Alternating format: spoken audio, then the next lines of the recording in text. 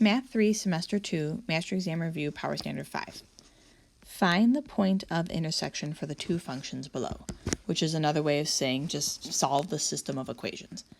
So on part A, let's stack up the equations one on top of the other like we're used to seeing them written. And then since both equations are not solved for a single variable, it's going to be easier to do elimination as opposed to substitution. So with elimination, the whole point is to try to eliminate or cancel out one of the variables.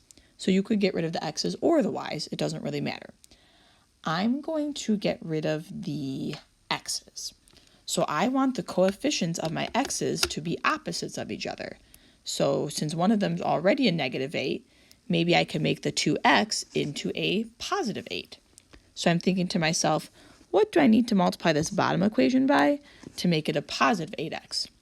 So since 4 times 2 is 8, I'm going to multiply everything by 4 in that second equation. So 4 times 2x is 8x. 4 times 6y is 24y. And then 4 times 16 is 64. So you even want to multiply past the equal sign. I think sometimes people forget to multiply past the equal sign. Then we're kind of done with this equation right here that I'm crossing off in yellow. And then we're going to add down the columns for the top black equation and the pink equation. So -8x plus 8x cancels out. -12y plus 24y is 12y. And then -28 plus 64 is 36. So we're going to divide both sides of the equation by 12 to get that y equals 3. And then now that we have one of our answers, we take 3 and we plug it in for y in either equation. I'm going to plug it into the 2x plus 6y equals 16 equation just because the numbers are smaller and it might be a little bit easier to deal with it. So I'm going to put a 3 in for y because that's what y equaled. And then I just solve like normal. So subtract 18 from both sides. And divide by 2 on both sides.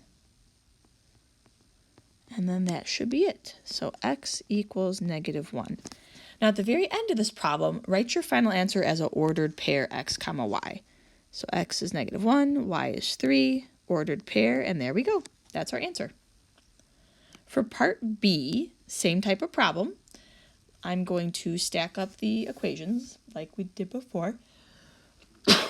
Excuse me.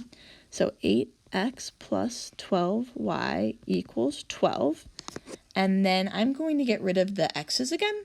So since one x is already 8x and then the other one's -4, I can multiply that top equation by 2. That way I can get everything to cancel out. Or not everything, I can get the x's to cancel out. So 2 times -4x is -8x. 2 times -4y is -8y. 2 times -8 is -16. Add down the columns. 8x plus -8x cancels. 12y plus -8y is 4y.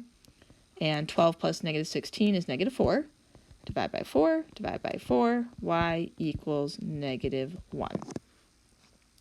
Take that -1, plug it into one of the equations. Either one is fine. I'm going to plug it into the -4x minus 4y equals -8 equation. So instead of y, I'm going to put in -1.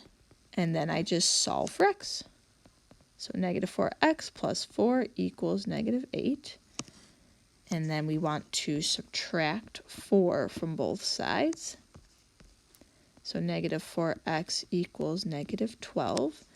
Divide by -4, divide by -4. So x equals 3. And then just like the previous problem, write your final answer as an ordered pair, x comma y. Number 2, solve each equation. So the way we did these in class is when we had these rational equations, which means we had fractions in them, we made everything look like a fraction. if it didn't already. And then we found a least common denominator, and we jotted down our domain restrictions. So on 2a, x cannot be equal to 0 because we're not allowed to divide by 0. It's undefined. The least common denominator is going to be x because that's the only thing we even have in any of the denominators.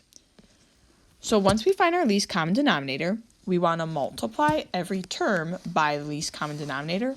That way we can cancel out all of the fractions. So I'm going to multiply everything by x. So in that first term, 2x and x. Nothing cancels out. In that second fraction, x divided by x cancels out, and we're left with 16. And then on the right side of the equal sign, 18 times x is 18x. So up in the front, 2x times x is 2x squared. And then I'm just going to drag everything else down. And then when we're trying to solve an equation that has an x squared term and an x term, we want to get everything on one side and set it equal to 0. That way we can factor. So 2x squared minus 18x plus 16 equals 0. So now I'm looking to see if I have a greatest common factor. Looks like everything's divisible by 2. So I'm going to factor out a GCF of 2. And then here are my leftovers in the parentheses in the back. And then speaking of my leftovers in the parentheses, it's a basic trinomial. So I want to find two numbers that multiply to the c value in the back. So we need to multiply to 8. And then those same two numbers need to add up to -9. So -1 times -8 is +8, and -1 plus -8 is -9.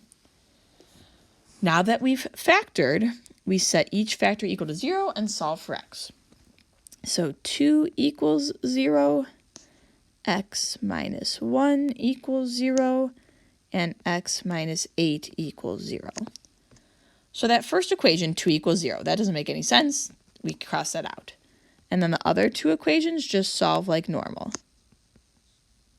So then we're getting x equals 1 and x equals 8. So we have two answers, 8 and 1. And then we should double check and make sure those aren't our domain restrictions. So if I look back, x could not be equal to 0, so we're good to go. That was not our domain restriction. For 2b, we want to try to factor those denominators first so that we can actually tell what our domain restrictions are and we can tell what our least common denominator is. So in that first fraction, it's a basic trinomial. So we're looking for two numbers that multiply to -6, and then those same two numbers have to add up to -5. So -6 and +1 do that for us. In the second fraction, we're looking for a way to factor. There's no GCF.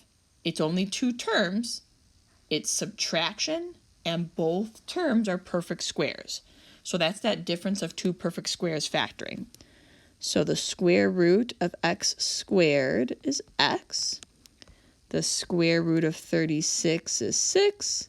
Make one positive, make one negative. So as far as domain restrictions go, we want to jot down all the x values that would give us 0 in the denominator.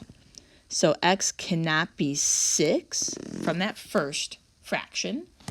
X cannot be equal to -1 from that first fraction. X cannot be equal to -6 from that second fraction. And then we have a repeat on x not being equal to +6.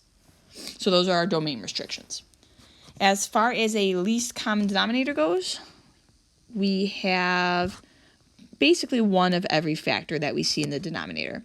So an x minus 6, an x plus 1, and an x plus 6. That would be our least common denominator. As far as showing our work, this is where it gets a little dicey. Let me see if I can zoom in a little bit. So we're going to multiply both fractions by that least common denominator. So the least common denominator was x minus 6, x plus 1, and x plus 6. X minus 6, x plus 1, and x plus 6. So the whole point of this is that a lot of factors should cancel. So in that first fraction on the left side, x minus 6 cancels with x minus 6. Let me use a different color that's easier to see. Let's try maybe even black. So x minus 6 and x minus 6 cancel. X plus 1 and x plus 1 cancel. So the only thing left in the numerator is the 2 and the x plus 6. On the right side of the equal sign, the x plus 6 and the x plus 6 cancel. The x minus 6 and the x minus 6 cancel. And then the only thing left is the 4 and the x plus 1.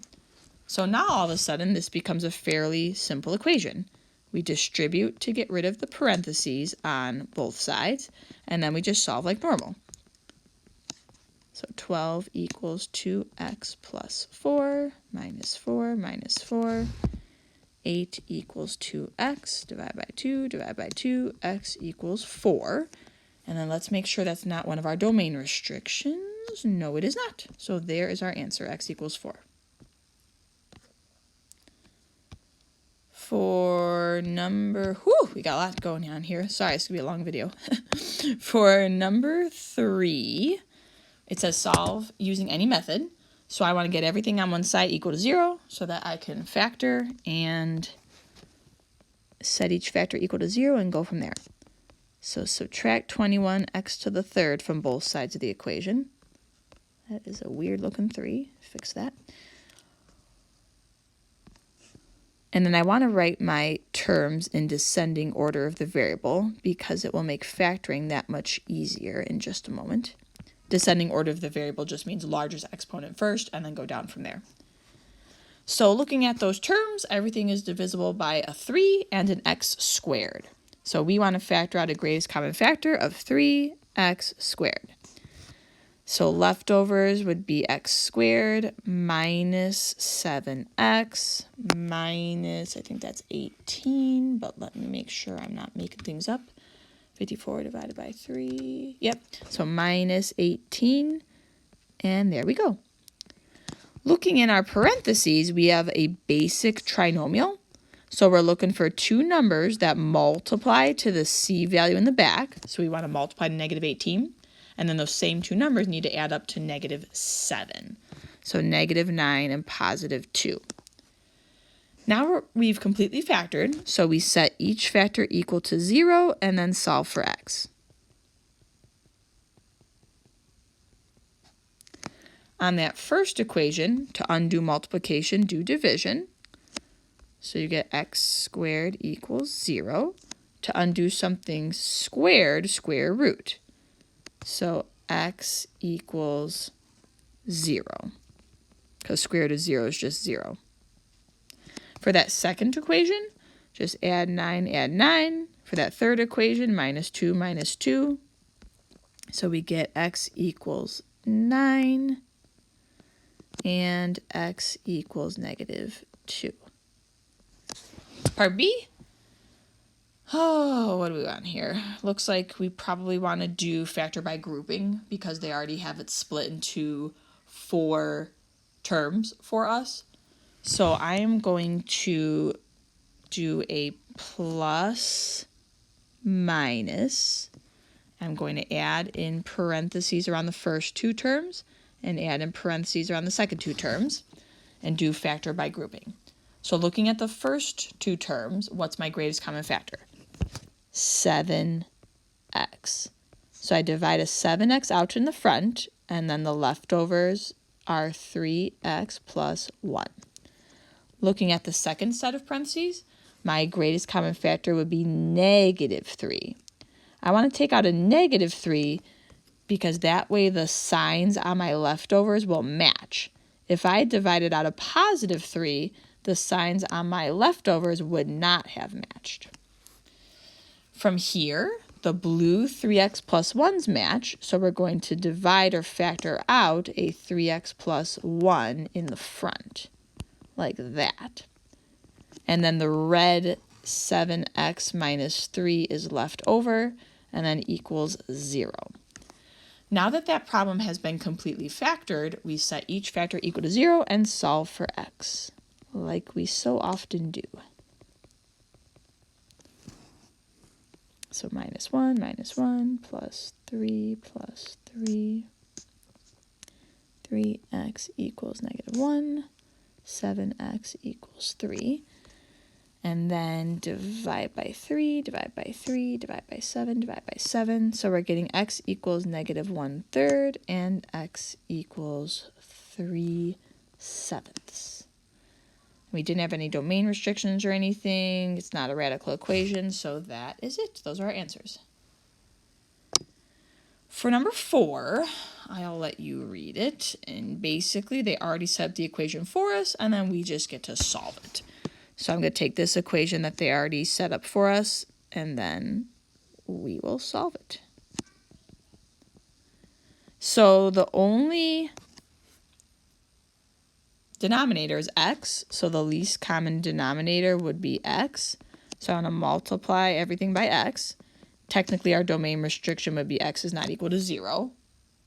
And then as far as simplifying from here, the x and the x cancel out on the left side. So we're left with 15x plus 375 equals 22.5x on the right side. And then we just solve like normal. So subtract 15x, subtract 15x. So 22.5 minus 15 is going to give us 7.5x. And then the left side is just the 375. Divide by 7.5, divide by 7.5. So 375 divided by 7.5 is 50. So x equals 50. This problem said we were supposed to calculate how many people attended the graduation party. So 50 people.